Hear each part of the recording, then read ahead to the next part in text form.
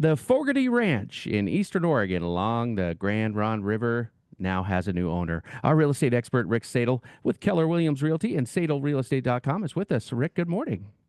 Hey, good morning. So when we talk about this Fogerty Ranch, right, we mean John Fogerty from Credence Clearwater Revival, CCR. He originally built this property. It's a type of transaction that's fun to talk about. So maybe tell us about this purchase that recently closed.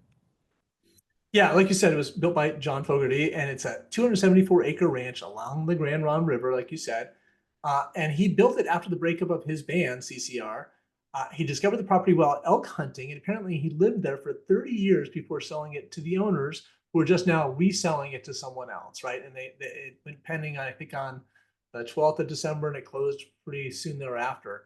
And it was just under $2 million. It has a 1,700 square foot ranch house on it, kind of a 60s time capsule with, orange shag carpet and mustard and turquoise tubs and sinks. It's even got a 1,500 square foot grass runway for small planes.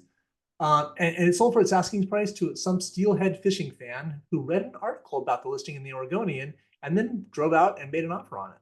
That's cool.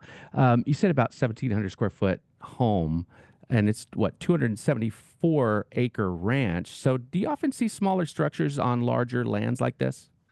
Yeah, I mean, honestly, not usually, but it can really depend on the type of property, right? If is it a farm property? It's got a small farmhouse on it, or in this case, is it a hunting lodge type of property, right? I also think houses built in the 70s were not as McMansion-like as they are nowadays. So, especially ones built near small remote communities. Now, that being said, usually a multi-million dollar acreage property does have a bigger house on it, but it sounds like Fogarty just built the house that worked for him. Indeed. Now, you and I have talked about celebrity-owned properties before. Most recently, Blazer star Damian Lillard and his spread in West Lynn with the basketball court, of course. So, when a familiar name is attached to a listing, does that often get it more attention? 100%, right? For example, in this case, the newspaper story in the Oregonian was what led the buyer to go buy the property, right? He read an article about it in the paper. Here we are doing a radio segment about that sale. And as you mentioned, we talked about Damian Lillard's place in the radio in the past. So in terms of the exposure a sale can get, it gets lots of extra exposure by having a famous name attached to it. Also, some people just like to own or invest in houses that famous people have lived in or owned. So it can actually help net more money too.